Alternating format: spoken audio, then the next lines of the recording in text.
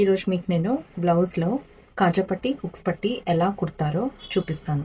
దానికంటే ముందు హుక్స్ పట్టీకి ఎంత తీసుకోవాలి, కాజా పట్టీకి ఎంత తీసుకోవాలి అంటే measurements length wise and width wise చెప్తాను.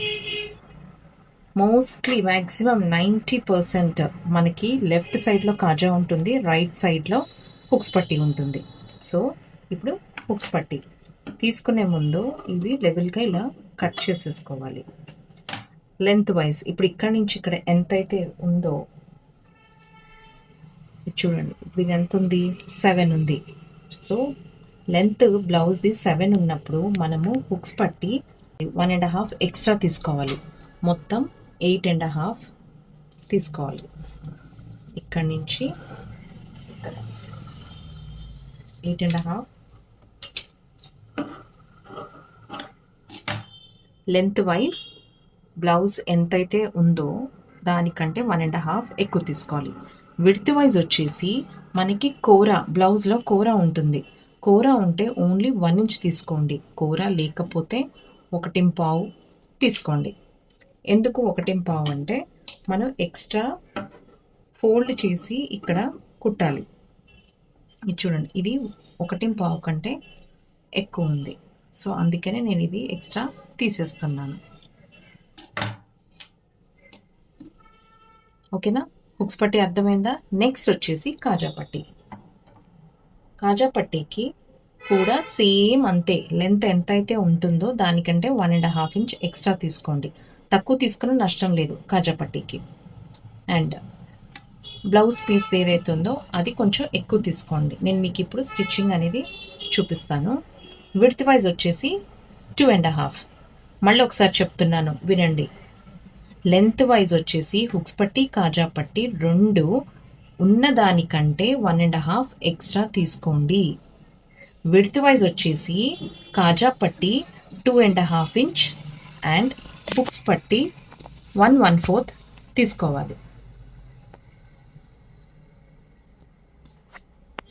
ఇప్పుడు నేను మీకు స్టిచ్చింగ్ చేసి చూపిస్తాను. ఫస్ట్ హుక్స్ పట్టి. మనకి ఇక్కడ కూర లేదు కాబట్టి నేను ఇది ఫోల్డ్ చేసి చూపిస్తాను.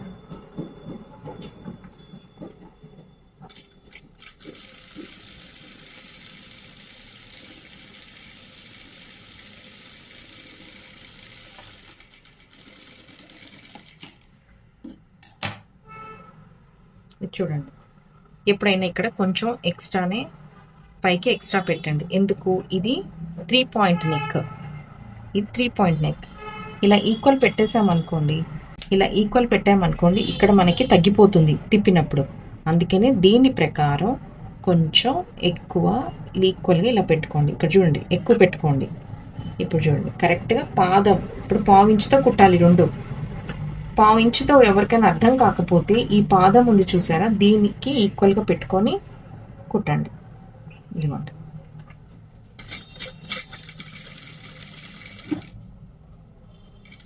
ఇలా పెట్టి 2 ఈక్వల్గా కుట్టండి. అండ్ ఇప్పుడు ఇక్కడ చూడండి, ఇక్కడ మనకి సెంటర్ డాట్ ఉందా, మళ్ళీ క్రాస్ పీస్ ఇలా జాయిన్ చేసింది ఉంది కదా, ఈ రెండిటికి మధ్యలో ఇక్కడ మనం ఫోల్డింగ్ ఇద్దాము.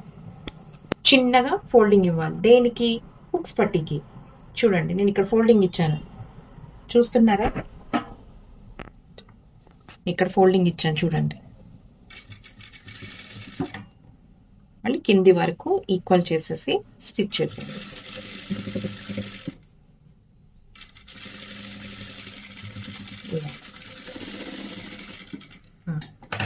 చూడండి, పైన కొంచెం ఎక్కువ పెట్టుకొని 3 లైన్స్ అంటే 1/4 ఇంచుతో ఈక్వల్గా కుట్టండి. కుట్టినప్పుడు ఇక్కడ కింద ఇలా ఫోల్డింగ్ ఇవ్వండి. మర్చిపోకుండా ఫోల్డింగ్ ఇవ్వండి. ఎందుకో నేను నెక్స్ట్ దాంట్లో చెప్తాను.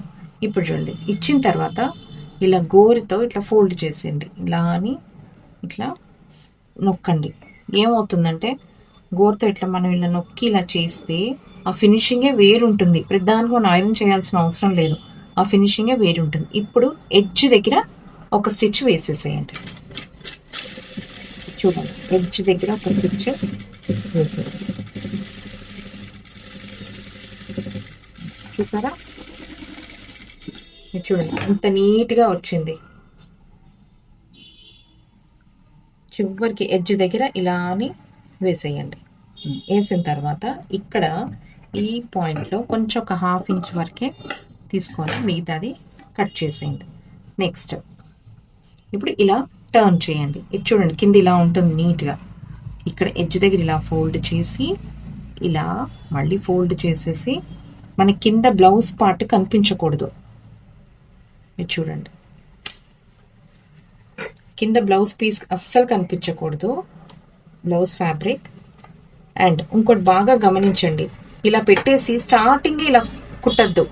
ఎందుకంటే స్టార్టింగ్ ఇలా కుడితే ఏమవుతుందంటే అది జరిగిపోతుంది. సో ఏం చేయాలంటే పాదంని లేపి సూది లేపి కింద ఇట్లా పెట్టండి. అంటే ఫ్యాబ్రిక్ మీద పెట్టి కొంచెం స్టార్ట్ చేసి మళ్ళీ బ్యాక్ వెళ్ళండి. అప్పుడు అక్కడ నీట్గా వస్తుంది. ఇదిగోండి ఇక్కడ ఇట్లా ఫోల్డింగ్ చేసుకుంటూ వెళ్ళండి.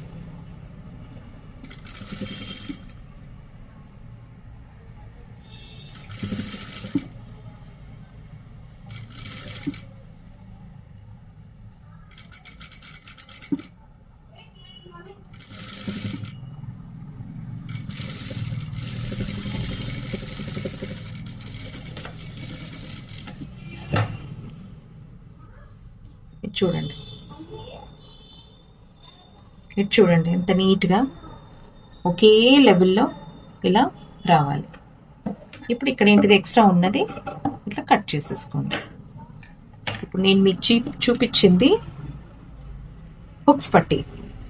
ఓకే, నెక్స్ట్ వీడియోలో మీకు నేను కాజా ఎలా కుట్టాలో చూపిస్తాను. మెజర్మెంట్స్ ఎలా తీసుకోవాలో ఫ్యాబ్రిక్ది అయితే చెప్పేశాను. ఎలా స్టిచ్ చేయాలో నెక్స్ట్ వీడియోలో చూద్దాం.